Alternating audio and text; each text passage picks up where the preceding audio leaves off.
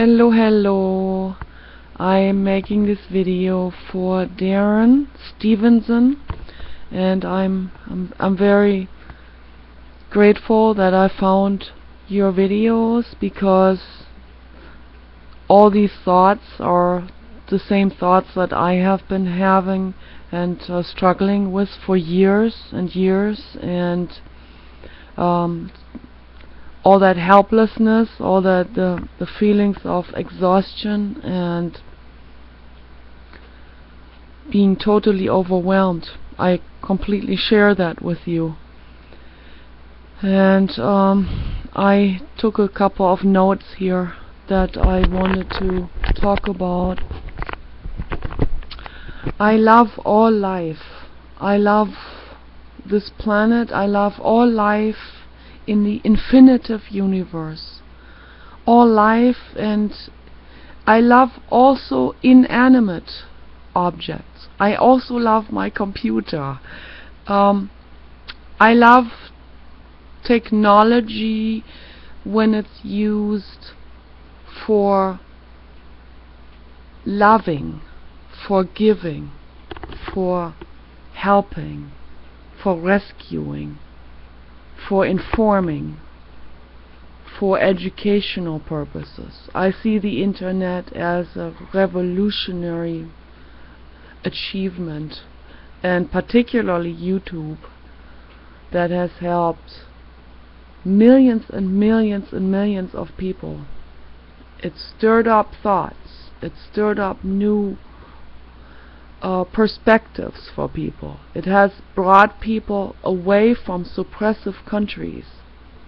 There is a movement now in the Middle East of women helping each other. All of this, I would say mainly because of the information age and the wide information distribution.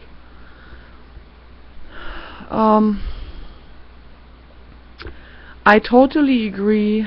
I wished I could help more than just to petition murderers not to murder. I totally agree with this, and I feel extremely tied down. I feel like my hands are shackled, my feet are shackled.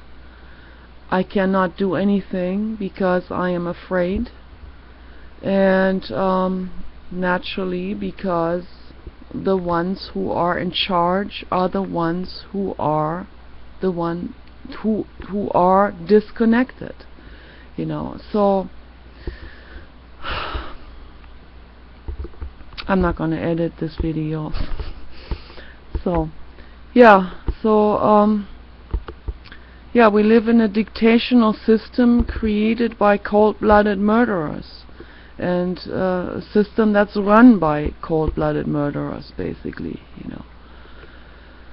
And so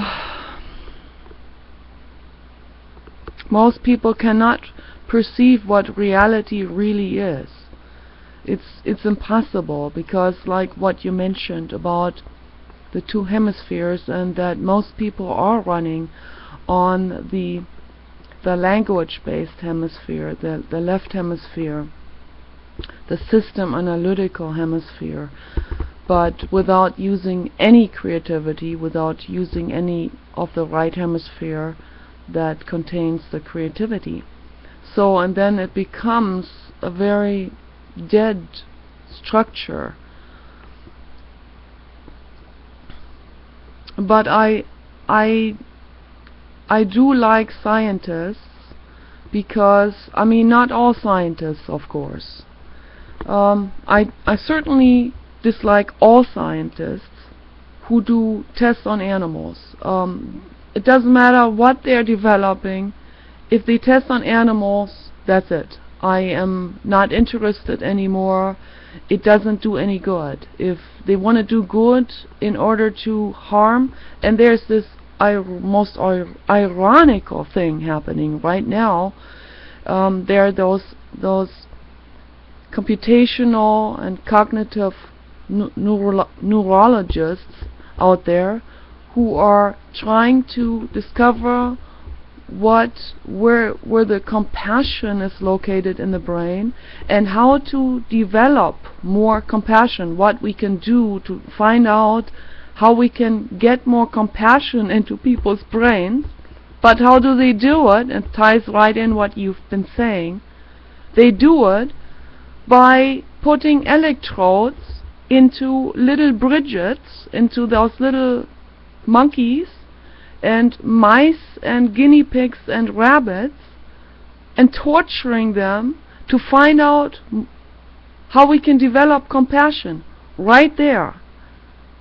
I mean, if this doesn't scream disconnect, I don't know what, you know. It's like, what is wrong with these people? This is shocking, and this is scary and frightening and disturbing, and it is the material that makes me not fall asleep at night.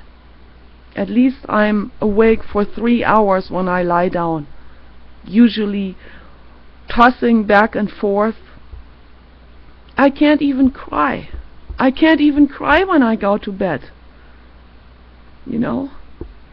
I don't know what to do. I'm totally helpless. You know, I can make videos, I can talk myself into the ground in my videos, and then when I watch my videos afterwards, I see this hatred, and then I see, hey, you know, right there, it's a problem again. How can people listen to me having hatred? They're not going to listen to it.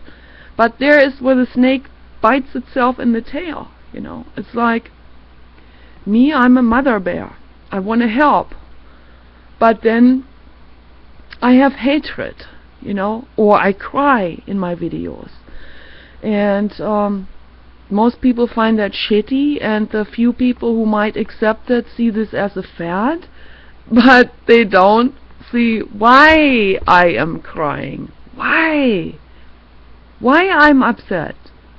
Why I'm suffering, you know. Then they only see, yeah, I am suffering, and therefore I must be a loser or something. How can I be happy if I see such tremendous suffering and disconnect in the world? How can I be happy about this? That's insane. This is the first time I actually make a video for somebody in response to this, and that's why the tears are close, because the first time where I feel like I can actually talk to someone who knows what I'm talking about. You have no idea how much that means to me. I feel like most people, I feel like I talk against a wall, even with my husband, who sees it exactly like this. But it is, I feel like he's just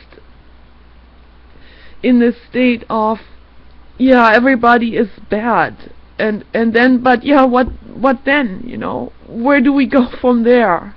You know, it's like, it's this that makes me feel even more helpless, and I can't do what I would like to do, because I would go to a FEMA camp if I did what I'd like to do. But then again, if I did what I would like to do, is this then in the name of compassion again? You know, it's like, but then I don't know. I'm so confused about this. You know, the only philosophy I do agree with is the philosophy of Gautama Buddha, not the religion, but the philosophy. But then, is it really doable, is my question. You know, this is been my question all along. This is such an internal conflict that I'm in, and I don't know how to solve this at all. So I see science itself, or knowledge itself, not as that's not a threat. It's only a threat if it's being used against life in a disconnected way, which it has been happening, you know.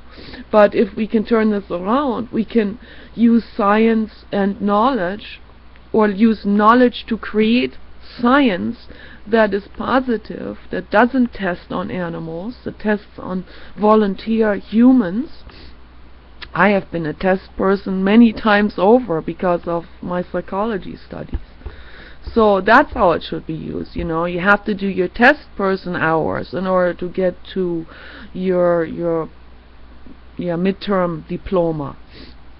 That's that kind of incentives. You know, use humans.